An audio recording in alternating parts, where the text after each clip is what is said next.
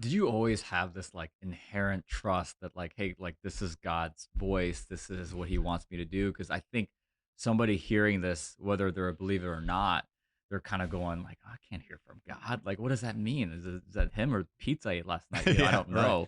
Hmm. I think no, I think everything. The thing I love about Scripture and faith and all of that is it's not about is a person a Christian or a non-Christian. It's not about Mm. is it religious or non-religious or religious or secular.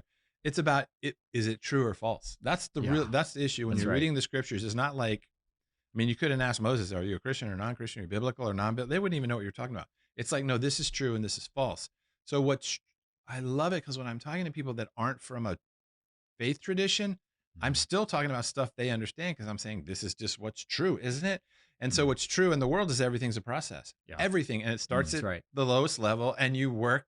There's this Jesus learned obedience through what he suffered. Hmm. That's what it says. Yeah. He learned obedience through what he suffered.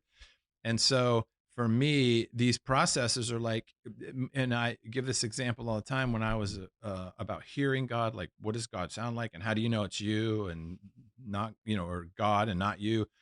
And I said, you just practice. You just Hmm. practice and train, Yeah. train, train because it's a distinct voice and we're trapped by using the word hear and voice.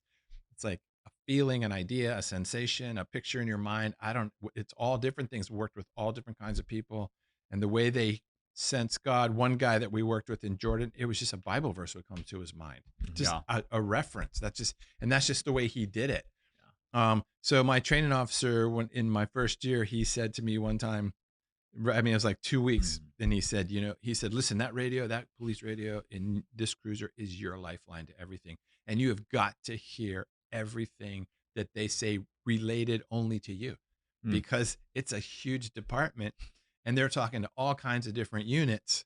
You have to hear them when they say 510. That's your unit number. Well, there's 110, 210, 310, 410, 510, 610, 710. It's a 910. And then there's Mm. 520 and 530 and 5 and then you're in all this stuff going on and he said you've got to hear when they call 510 or when you need to talk to them Mm. and you have to talk calm and you can't scream and I said okay I'm going to do that and he said they've already called you 3 times and you Mm. so what that meant to me was if you put me on a polygraph and said did they call you 3 times I would say no they didn't and I'd be telling the truth Yeah. Yeah. and be completely wrong. Like you have to understand that you can think you're telling the truth and be completely wrong.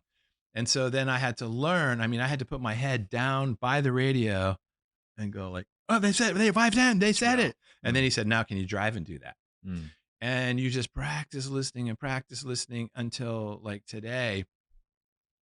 Man, if you say the number 510, I'll wake out of a dead sleep. Like I can't get that identity out of my mind anymore. Yeah. And so no matter what's happening, I can be, you know, a long way away from my cruiser or whatever and hear 510 just like so that's if that's what we have to do in sort of normal life, it's the Mm. same with hearing the voice of Yeah. God. It's Yeah. like, what does he call you? Mhm. Like, first of all, what does he call you? He's not going Mhm. to call you this, this, and this. The world calls you Yeah. that. The enemy calls you that.